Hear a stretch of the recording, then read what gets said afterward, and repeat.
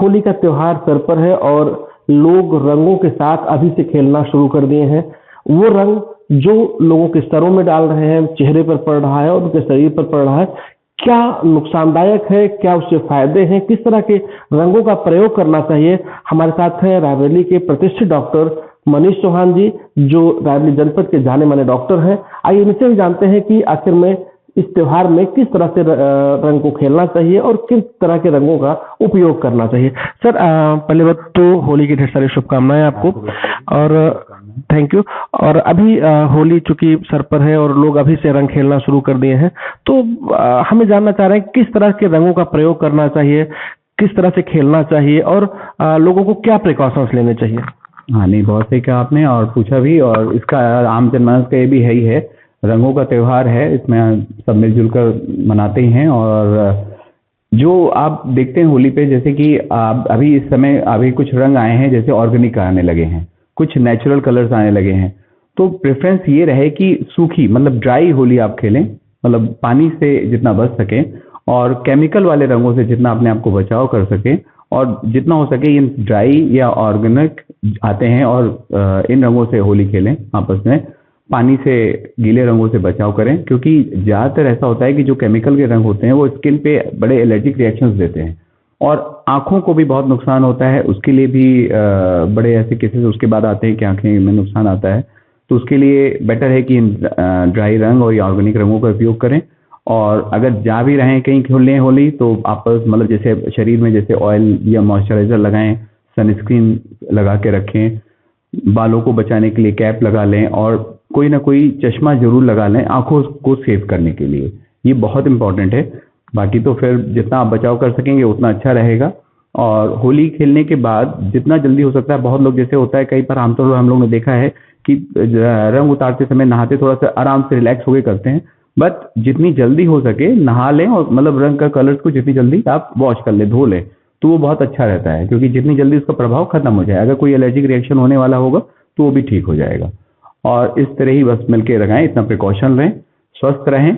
आप सबको होली की बहुत बहुत ढेरों शुभकामनाएं मेरी तरफ से। तो डॉक्टर साहब, एक सवाल ये है कि जैसे आपने कहा कि ऑर्गेनिक, जो ठीक है केमिकल्स वाले तो लोग जानते हैं वो ये केमिकल्स वाले रंग हैं, जो ऑर्गेनिक वाले जो रंग हैं, अबीर है जैसे अपने गुलाल अबीर, तो क्या एक्चुअल में ये ऑर्गेनिक होता है? ये ऑर्गेनिक का मतलब क्या होता है? लोग सोचते हैं कि बिल्कुल ऑर्गेनिक एक्चुअली नेचुरल कलर से बनाने वाले हैं चीजें।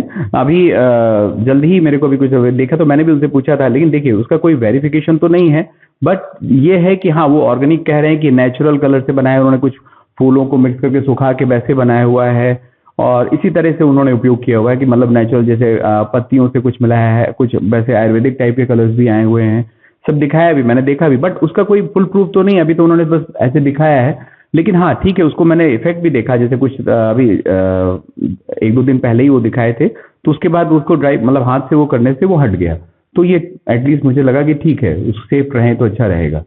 अगर इसका फुल प्रूफ कोई एविडेंस नहीं है या अगर वेरीफाइड नहीं है, तो आदमी को हमको लगता है कि प्रिकॉशंस ही एक बेहतर वो है कि कम से कम लगाएं। ऑर्गेनिक है तो भी अगर वो है तो भी कम से कम लगाएं, यही देखिए हमने सबसे पहले इंपॉर्टेंट बोला कि प्रिकॉशन तो हमेशा रखना है। पहले जैसे अपनी बॉडी में फुल आप ऑयल लगा लीजिए, ऑयलिंग कर लीजिए जिससे आप बच सकेंगे, या मॉइस्चराइजर लगा लीजिए, दैट इज वेरी इंपॉर्टेंट। और सन स्क्रीन जरूर लगाइए, आंखों के लिए चश्मा कैप लगा के ही निकलिए जब आप होली खेलने कहीं भी जा रहे हैं, क्योंकि प्रिकॉशन तो लेने ही लेने, क्योंकि आपको नहीं पता कि सामने कुछ कलर से क्या आपको रंग रहे हैं।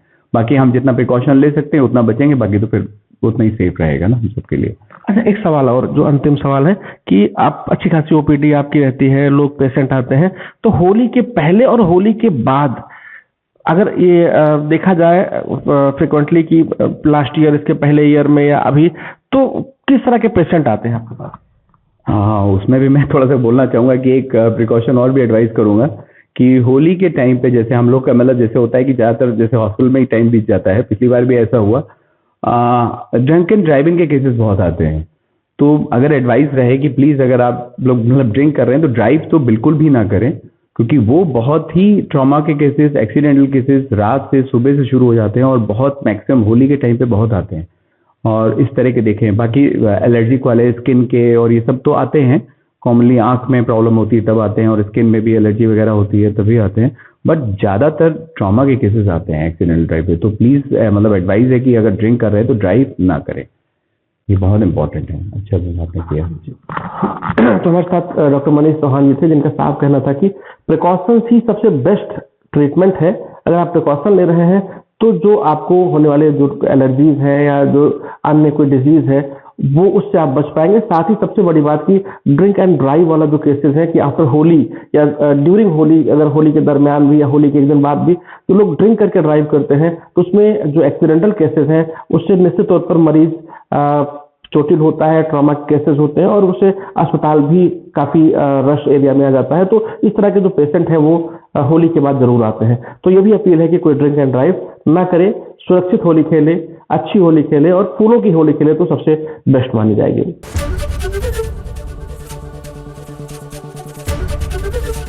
एबीपी गंगा, खबर आपकी, जुबान आपकी।